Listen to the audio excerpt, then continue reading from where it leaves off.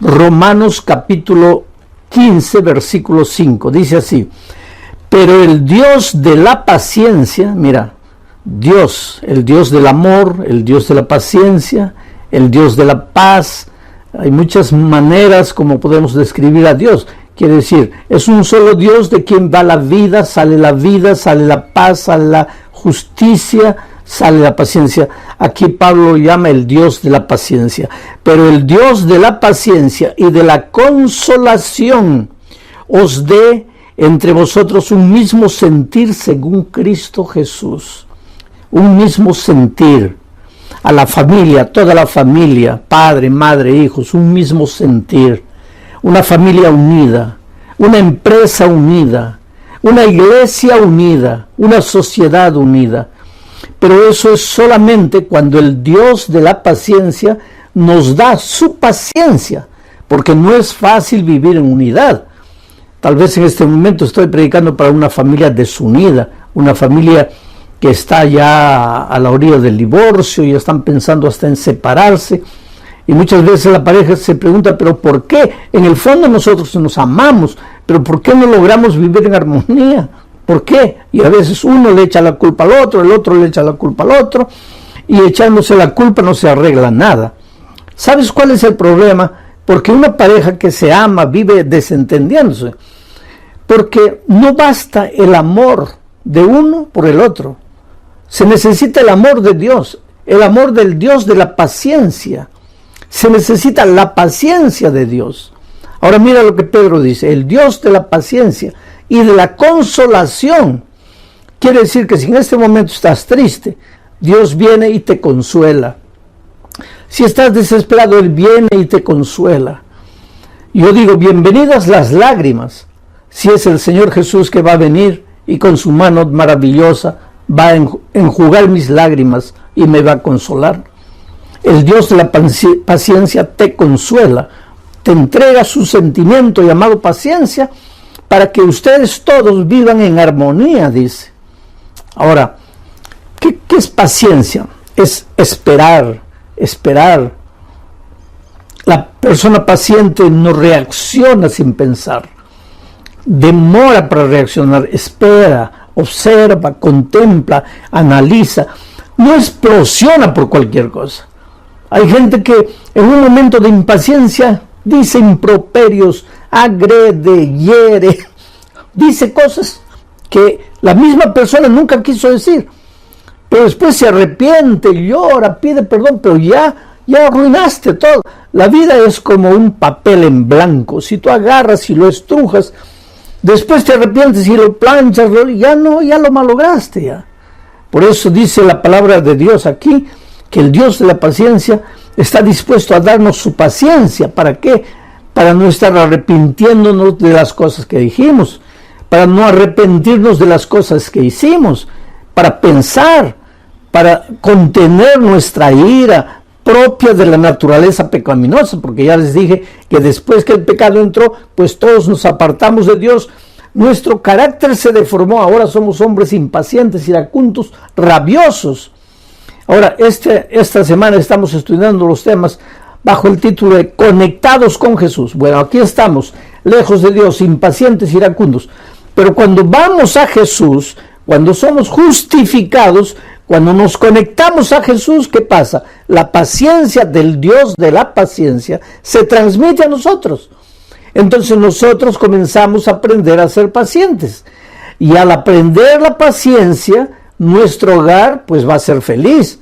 Vamos a ser felices en el trabajo, en el empleo, en la empresa, porque muchas veces por causa de nuestra impaciencia perdemos el empleo. ¿Cuánta gente está arruinada en la vida solamente por ser impaciente?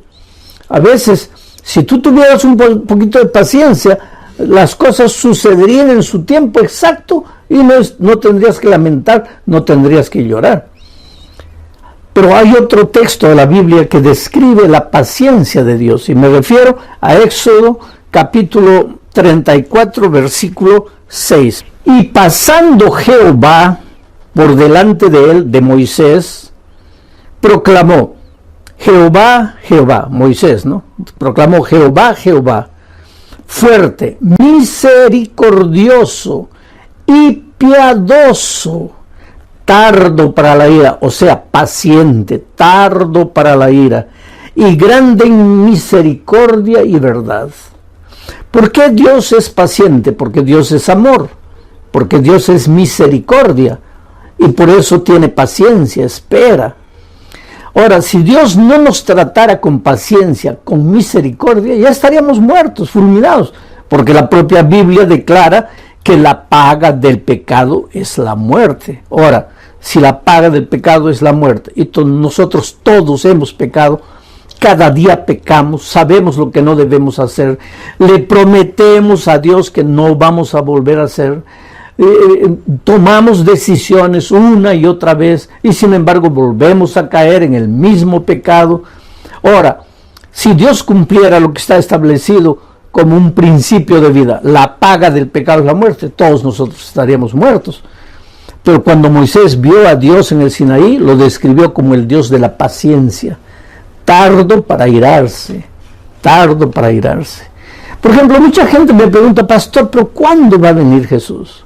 Yo siempre les digo, queridos, estamos caminando en el desierto de esta vida, en dirección a la casa de nuestro Padre, de donde nunca deberíamos haber salido. Así como el hijo pródigo un día dejó la casa del Padre, y después sufrió, lloró, padeció, pasó hambre, comió hasta la comida de los puercos, y ahí en la miseria y en su dolor se acordó y dijo, ¿cuántos jornaleros en la casa de mi Padre tienen que comer y yo aquí muriendo de hambre? Pero yo le preguntaría al hijo pródigo, ¿y por qué te saliste de la casa del Padre? Y nosotros también, queridos, en este mundo no es nuestro hogar. Nosotros no hemos nacido para perecer en este mundo. Nosotros somos peregrinos y advenedizos, somos inmigrantes.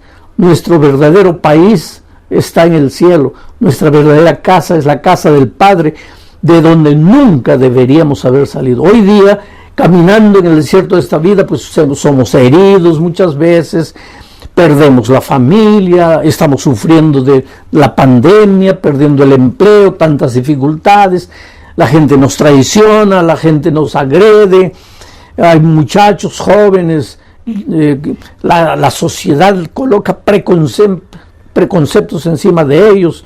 En fin, este mundo es injusto, este mundo es cruel, tenemos que reconocer, pero nosotros estamos caminando a nuestro hogar. ¿Y cuándo vamos a llegar? ¿Cuándo va a terminar todo esto? Cuando Cristo venga. ¿Y por qué Cristo no viene? Y ahí entra Pedro y dice, el Señor no retarda su promesa como algunos la tienen por tardanza, sino que es paciente,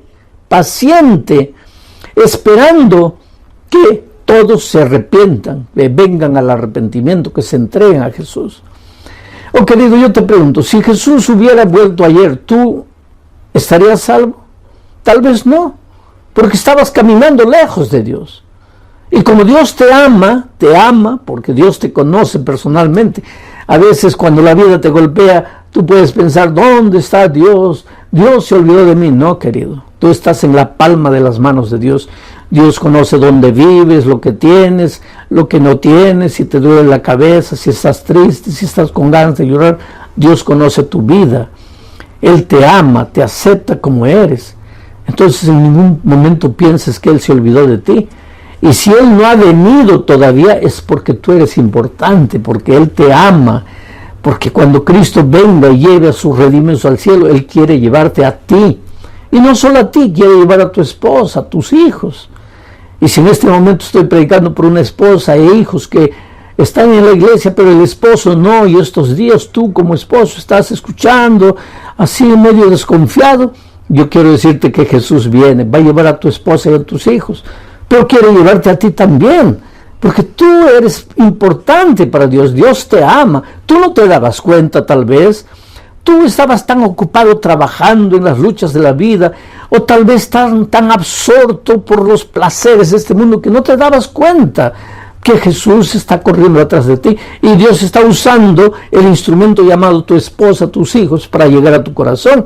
Y en esta noche no son mis palabras las que te están llegando al corazón, son las palabras de Dios. Yo soy apenas una herramienta en las manos de Dios para tocar tu corazón. Bueno, ese es el Dios de la paciencia, el Dios tardo en airarse, el Dios que no permite que Jesús venga todavía, no porque se está demorando, sino porque es paciente, esperando que tú te arrepientes, que tú estés preparado para encontrarte con Jesucristo. Entonces viene la otra pregunta, pero pastor, ¿por qué ese Dios paciente hizo tantas cosas terribles en el pasado, especialmente en el Antiguo Testamento? El otro día yo encontré un joven universitario que me decía justamente eso. Pastor, para mí, cuando yo leo la Biblia, parece que hubiera dos dioses. Un Dios del Antiguo Testamento, que es bravo, justiciero, su nombre Jehová de los ejércitos, soldado, guerra, batalla. Un Dios que no perdona, un Dios intransigente, un Dios radical, un Dios que no acepta que sus hijos se desvíen, que mata, no solamente mata a los hombres, mata a mujeres, niños. ¿Qué Dios es ese? Y entonces ese muchacho me decía, cuando yo vengo al Nuevo Testamento, ahí encuentro ya un Dios diferente, porque el Señor Jesucristo ama, perdona, justifica, espera, nos da su gracia. Entonces este joven universitario me decía, pastor, yo no consigo armonizar esos dos dioses, el Dios del Antiguo Testamento y el Dios del Nuevo Testamento. Sin embargo, querido, te digo que no hay dos dioses, hay un solo Dios. El Dios del Antiguo Testamento es el mismo Dios del Nuevo Testamento. El Padre y el Hijo son el mismo Dios, el Espíritu Santo junto con ellos. Pero entonces ¿por qué parece que son diferentes? Este mismo muchacho me decía, pastor, yo lo veo a Dios en el Sinaí gritando en llama de fuego y humo y estruendos y truenos. Y en el Nuevo Testamento yo lo veo al Señor Jesús muriendo en la cruz del Calvario, diciendo, perdónalos porque no saben lo que hacen. Parece que el Dios del Nuevo Testamento es paciente, pero el Dios del Antiguo Testamento es impaciente. Pero ¿cómo impaciente? Si acabamos de leer el texto de Éxodo que dice que Moisés vio a Dios y lo describió tardo para la ira. Pero si es tardo para la ira, ¿por qué hubo tanta matanza en el Antiguo Testamento? Esa es una cosa que mucha gente no entiende, mucha gente se preocupa y mucha gente se intriga. Pero yo voy a tratar de explicarte en este momento. Vamos a leer Génesis capítulo 15, versículo 16. Y en la cuarta generación, a la cuarta generación volverán aquí, porque aún no ha llegado a su colmo la maldad del amorreo. Mira, esto le dijo Dios a Abraham, porque Dios le prometió a Abraham que le daría la tierra prometida, le daría Canaán, donde vivían los amorreos, los filisteos, los jebuseos, todos ellos, todo Canaán. Entonces, ya estaba demorando mucho tiempo, porque así somos los seres humanos, impacientes. Mientras Dios es el Dios de la paciencia, nosotros los seres humanos somos los hombres de la impaciencia. Todo lo queremos ahora, y por quererlo ahora a veces nos metemos en problemas. No tenemos paciencia para esperar. Entonces Abraham le pregunta a Dios, pero Señor, ¿cuándo? No? Ya nos has prometido, le has prometido a tus hijos que nos vas a llevar a la tierra prometida. ¿Cuándo va a ser eso? Y mira lo que le dice Dios, hijo, a la cuarta generación, no ahora, a la cuarta generación, o sea, falta 4 generaciones, ahí yo los voy a traer. Y Abraham tal vez pregunta, pero Señor, ¿por qué solo a la cuarta generación? Y Dios le responde, porque todavía no se ha llenado la medida de la maldad del amorreo, porque todavía, dice, porque todavía no ha llegado a su colmo la maldad del amorreo. No ha llegado a su colmo. Quiere decir que Dios estaba teniendo paciencia con el amorreo. No lo quería sacar todavía de la tierra. Pero ¿quién era el amorreo? ¿Cómo vivía el cananeo, la gente de esa tierra? ¿Cómo vivía? Mira, para leer eso, para entender eso, tenemos que leer Levítico capítulo 18. En los versículos 1, 2 y 3, mira lo que dice. Habló Jehová a Moisés, diciendo, cuando iban a entrar a Canaán, a la tierra prometida. Habla a los hijos de Israel y diles, yo soy Jehová vuestro Dios. No haréis como hacen en la tierra de Egipto, en la cual morasteis, ni haréis como hacen en la tierra de Canaán, a la cual os conduzco, ni andaréis en sus caminos. Esto es interesante. Antes de entrar a Canaán, Dios le dice a Moisés, dile al pueblo que no practiquen las obras que hacían los egipcios de la tierra donde vinisteis, pero que tampoco deben hacer las obras que hacen los cananeos en la tierra a donde ustedes están yendo ahora. ¿Y qué es lo que los cananeos hacían de tan horrendo? Para entender eso tendrías que leer todo el capítulo 18 de Levítico. Yo no tengo tiempo para leer, pero tú después lee y vas a ver los más terribles de pecados. ¿Sabes? Los cananeos habían llegado al colmo, a lo peor de lo peor. Era ser humano con animal, hombre con hombre, padres con hijos, hermanos con hermanos. Era un cuadro de inmoralidad total, completo. ¿Y qué es lo que Dios dice? Todavía no ha llegado al colmo la maldad del amor. Pasan 100 años. El pueblo se sigue hundiendo en la miseria. Ya no saben qué pecado inventar. El pueblo de Dios reclama, Señor, ¿cuándo nos vas a dar la tierra? Y Dios dice, todavía no ha llegado al colmo la maldad del amorreo. Pasan 200 años, todavía no ha llegado al colmo la maldad del amorreo. 300 años, todavía no ha llegado al colmo. 400 años, todavía no ha llegado al colmo. Ahora no vas a decir, bueno, pero finalmente la paciencia de Dios se acabó. No, querido, ¿cómo la paciencia de Dios se va a acabar?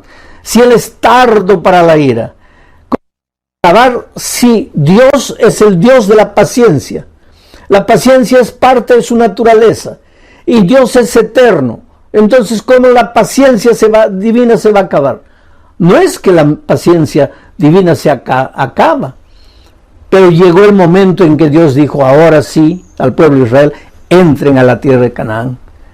Y entonces, esa generación fue extirpada de la tierra.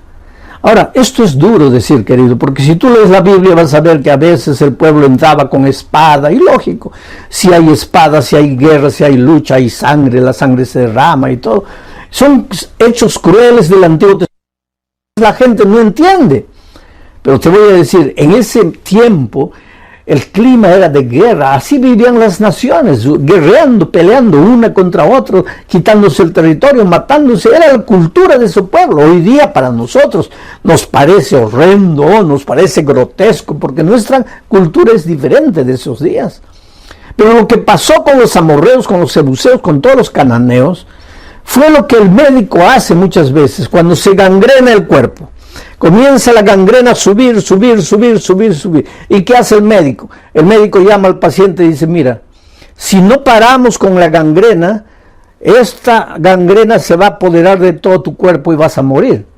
Entonces, aunque sea lamentable, vamos a tener que amputarte el brazo. Te vamos a tener que cortar el brazo.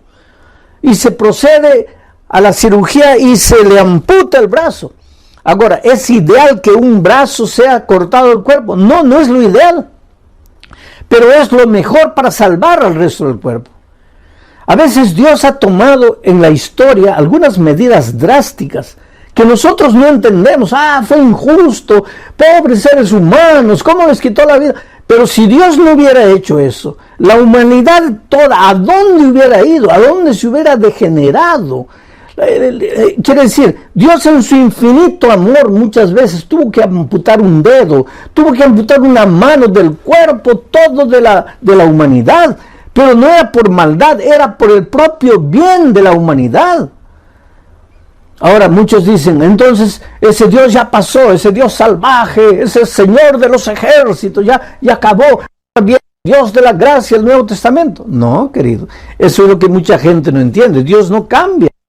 El Dios de la paciencia del Nuevo Testamento es el mismo Dios de la paciencia del Antiguo Testamento. Y el mismo Dios del Antiguo Testamento que tuvo que amputar un brazo es el mismo Dios del Nuevo Testamento que llegado el momento, hoy día dice el Señor no retarda su promesa, sino que espera pacientemente que te arrepientas, mas va a llegar un momento en que la Biblia dice, el justo será justo y el injusto continuará siendo injusto. Quiere decir, la puerta de la gracia se cerrará y Cristo vendrá a esta tierra. Entonces vi el cielo abierto. Esta es una visión de Juan, de la segunda venida. El cielo abierto, y he aquí un caballo blanco. El que lo montaba se llamaba Fiel y Verdadero. ¿Quién es este? Jesucristo. Y con justicia juzga y pelea. ¿Quién es este? Cristo. El Cristo de la gracia. El Jesús de la misericordia, del amor, de la longanimidad. Pero viene con justicia para pelear. Esto es interesante. El versículo 12 dice, sus ojos eran como llama de fuego. En el Sinaí no había. Viene Jesús por segunda vez, sus ojos son como llama de fuego. Y había en su cabeza muchas diademas y tenía un nombre escrito que ninguno conocía sino él mismo. ¿Quién es este? Es Jesús.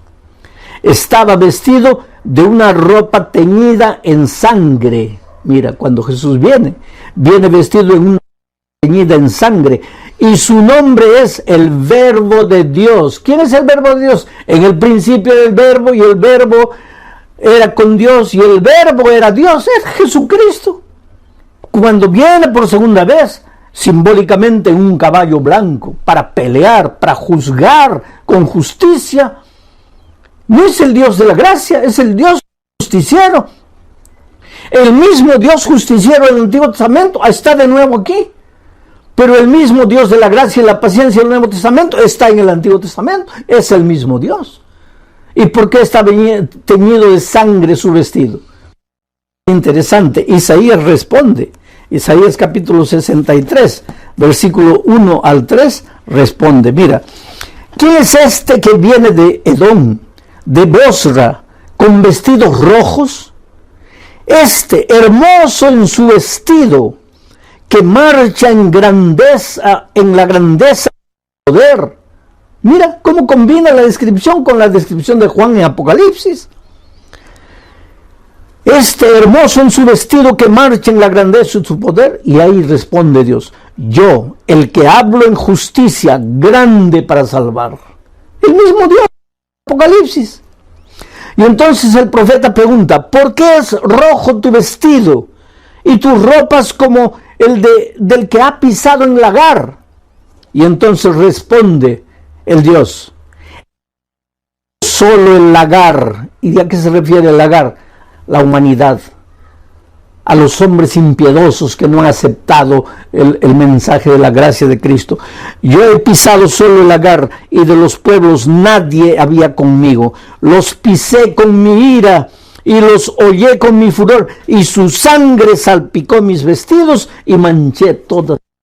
Oh, querido, qué cosa maravillosa. Es interesante esto. Hoy es el día de buena nueva. Oh, cómo Dios te ama, querido. Cómo Dios te tiene paciencia. Cómo Dios soporta todo lo que haces. A veces vienes a la iglesia, después te pierdes 2, 3 meses en la miseria del pecado. Cuando todo te va mal, cuando nada te sale bien, regresas arrepentido, llorando, y Dios te acepta con los brazos abiertos. ¿Por qué? Porque la puerta todavía está abierta. Como la puerta de la gracia está abierta, tú puedes entrar, pero al mismo tiempo puedes salir. Pero un día dice la palabra de Dios que la puerta de la gracia se cerrará. Y el que está adentro, pues ya estará adentro. Y el que quiere entrar ya no podrá entrar. Pero hoy todavía la puerta de la gracia está abierta. Y Dios te llama. Porque tú vales mucho, querido, con ese carácter terrible que tienes, así impaciente, así peleador, discutidor, egoísta, mentiroso, orgulloso. Tú eres lo más precioso que Dios tiene en esta vida. Y si en este momento tú estás sufriendo, no es porque Dios te está castigando, no es porque Dios se olvidó de ti. ¿Cómo se va a olvidar de ti? Si Dios sabe cuando un cabello cae, Si Dios sabe cuando un pajarito muere, tú vales mucho más que un cabello. Tú vales mucho más que un pajarito. ¿Cómo es que Dios no va a saber que estás sufriendo en este momento? Por favor, querido, ven a Jesús. Entrégate a Jesús, devuélvete a Jesús. Dile, Señor, perdóname. He caminado como un caballito loco por las praderas salvajes de mi libertad. He vivido dando rienda suelta a mis instintos y me he herido. Y ojalá que me hubiera herido solo. Lo peor es que herí a mi esposa, herí a mis hijos, herí a mis padres. Pero me duele, Señor, y yo no tengo fuerzas, yo no puedo. Solo tú puedes hacer algo por mí. Algo parecido así es la historia de Verónica Monsalve.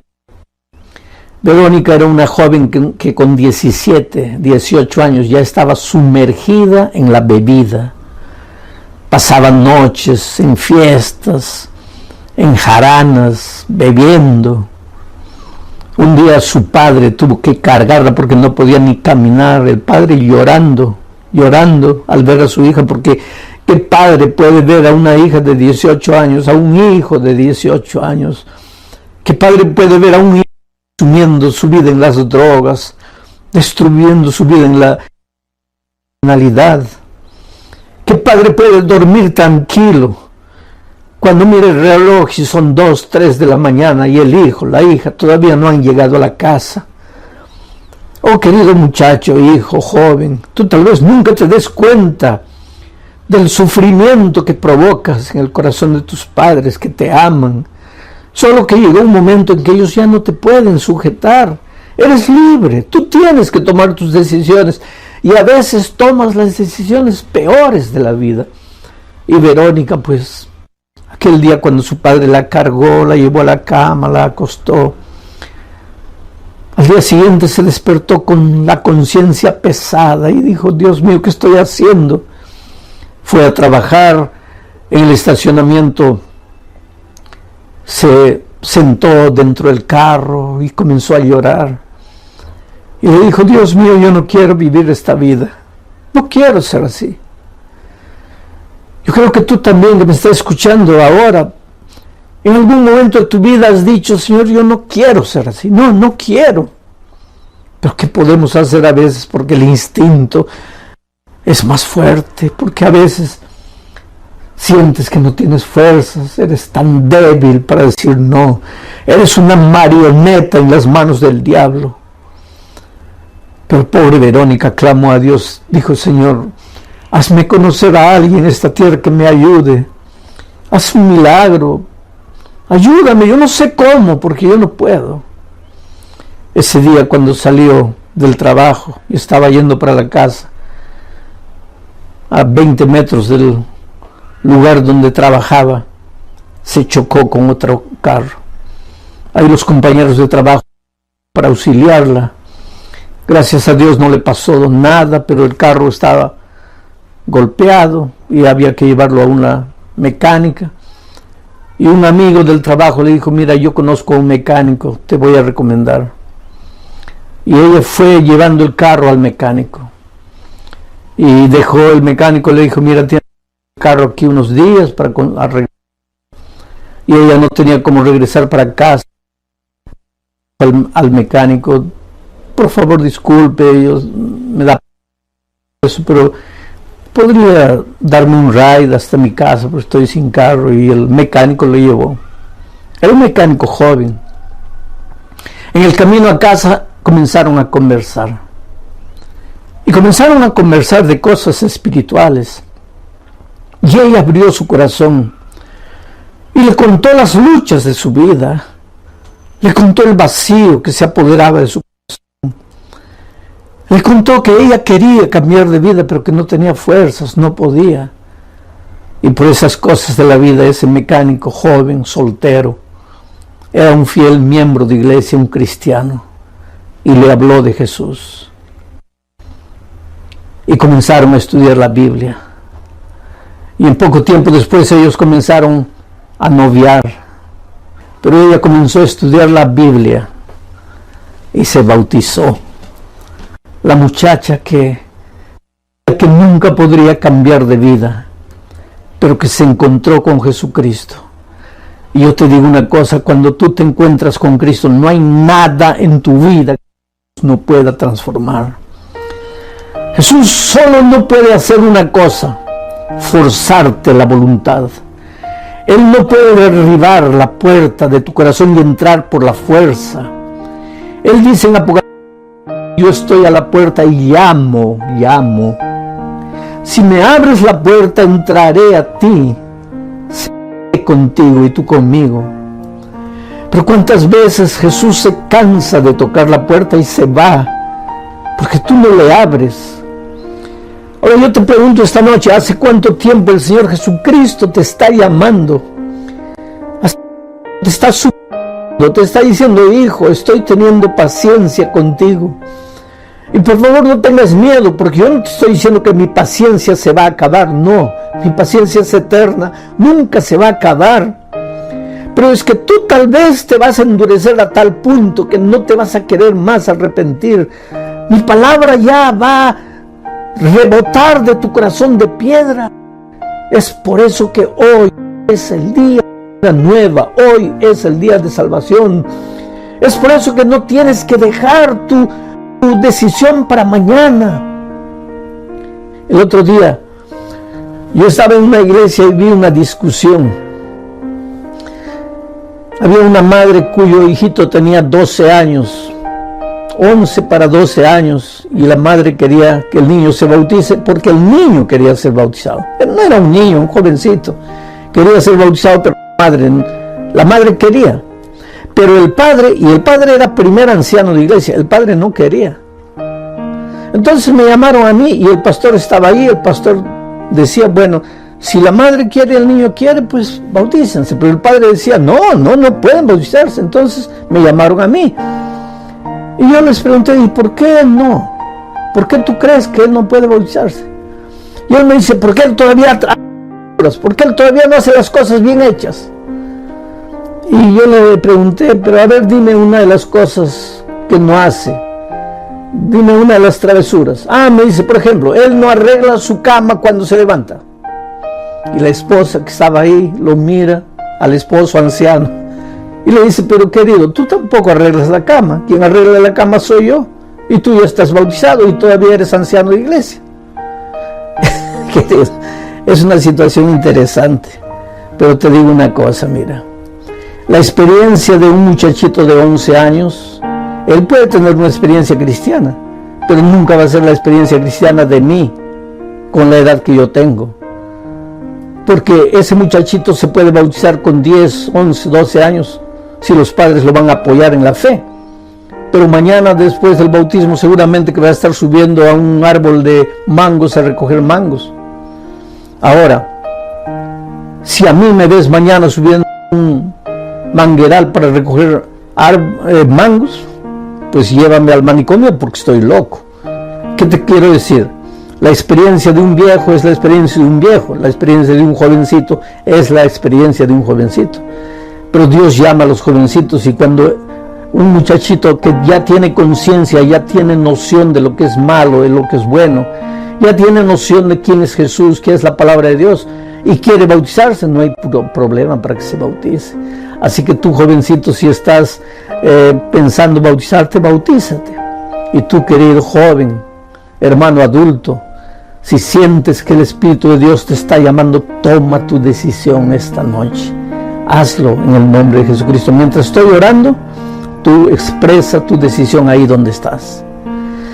Oh Padre querido, gracias por el mensaje de esta noche. Esta noche hemos aprendido que cuando vamos a ti, nos conectamos a ti, tu paciencia se transmite a nosotros y nosotros nos volvemos hombres pacientes. Tú eres un Dios de paciencia, de misericordia, tú eres justo, Señor. En el Antiguo Testamento muchas veces tuviste paciencia, generación tras generación tras generación. Pero llegó un momento en que esas personas era mejor que descansaran, de que continuaran viviendo la vida terrible que estaban viviendo. Hoy tú sigues siendo el Dios de la paciencia, el Dios del amor, de la gracia y de la misericordia, pero llegará un momento, Señor, en que la historia de este mundo tendrá fin. Las puertas de la gracia se cerrarán. Jesús volverá a llevar a sus hijos, y todos los que queden en esta tierra, no será porque Dios dejó de amarlos, no será porque Dios perdió la paciencia con ellos, será porque ellos no aceptaron la paciencia divina. Por eso hoy es el día de buena nueva, hoy es el día de decisión, y ayuda, Señor, a las personas a tomar su decisión, en el nombre de Jesucristo. Amén.